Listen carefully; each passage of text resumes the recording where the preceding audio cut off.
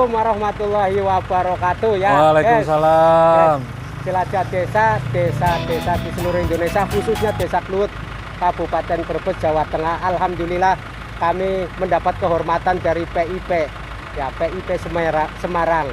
Dengan Bapak siapa Pak? Bapak Dwi Pak. Bapak Dwi Pak. Ini sederhana saja buat warga Kluwut. PIP itu apa Pak? Oh nggih, PIP ini adalah Sekolah Vokasi Pendidikan Tinggi di bawah Kementerian Perhubungan, terutama mengajarkan atau mendidik calon-calon pelaut.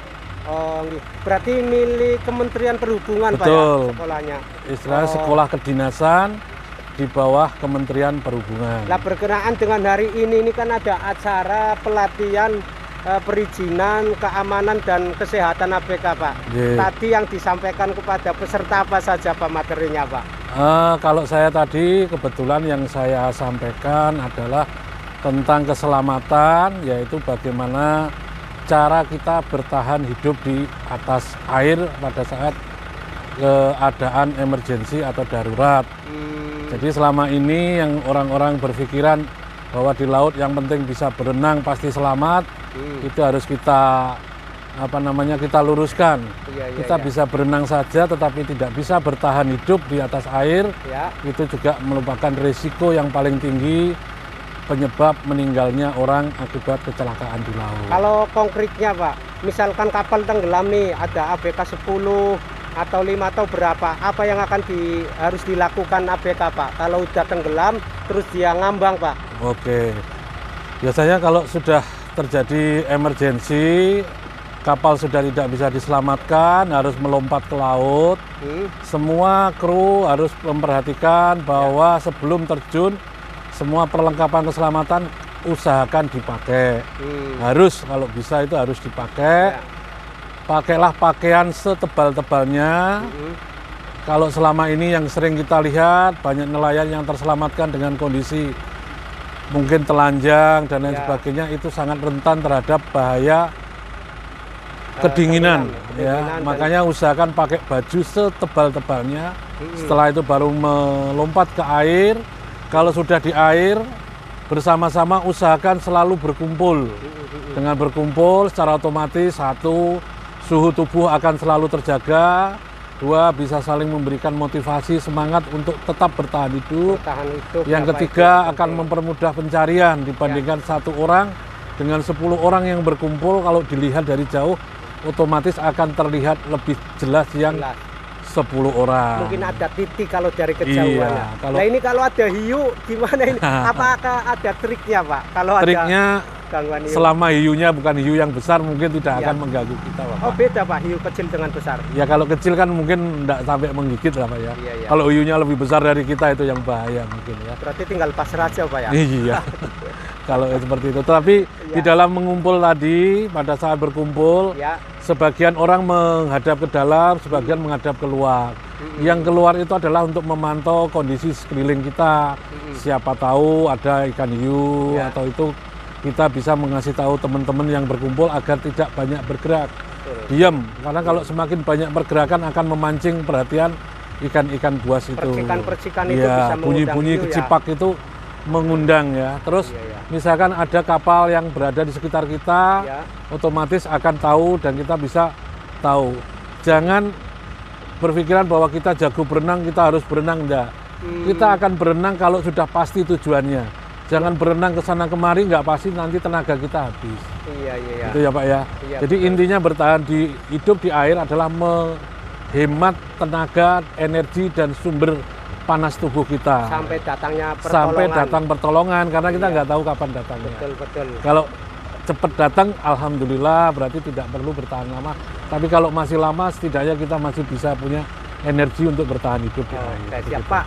Harapan dari acara ini kepada warga Kluwut khususnya Pak? Harapan kami mudah-mudahan apa yang kami sampaikan bermanfaat. Amin.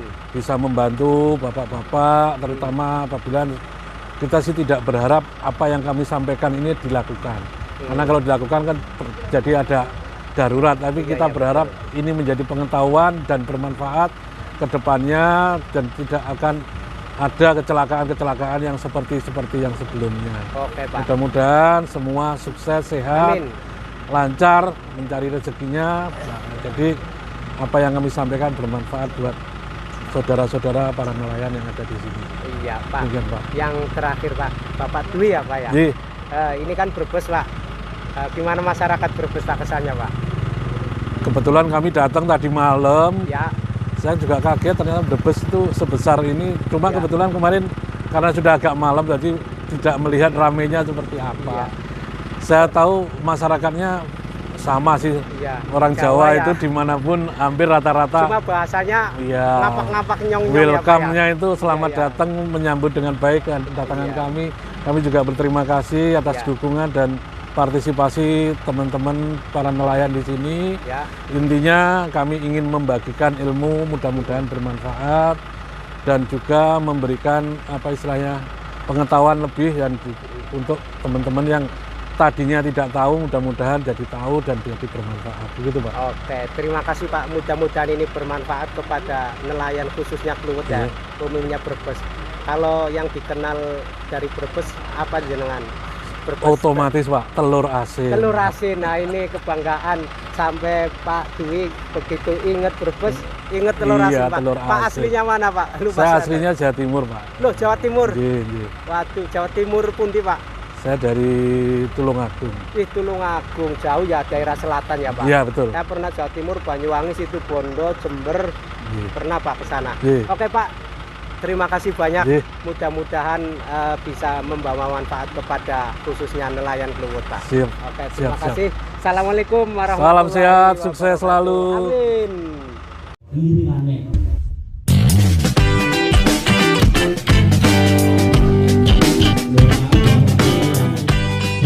Tapi tidak mengurangi rasa hormat kami kepada teman-teman yang mengundang karena alokasi tempat desa tidak mempunyai gedung serbaguna. Terima kasih pertama. Menang kita latihan ya. Nah, terus kecelakaan saat menangkap ikan. Kalau ini adanya di daerah Maluku ini, Pak. Dia mencari ikan paus.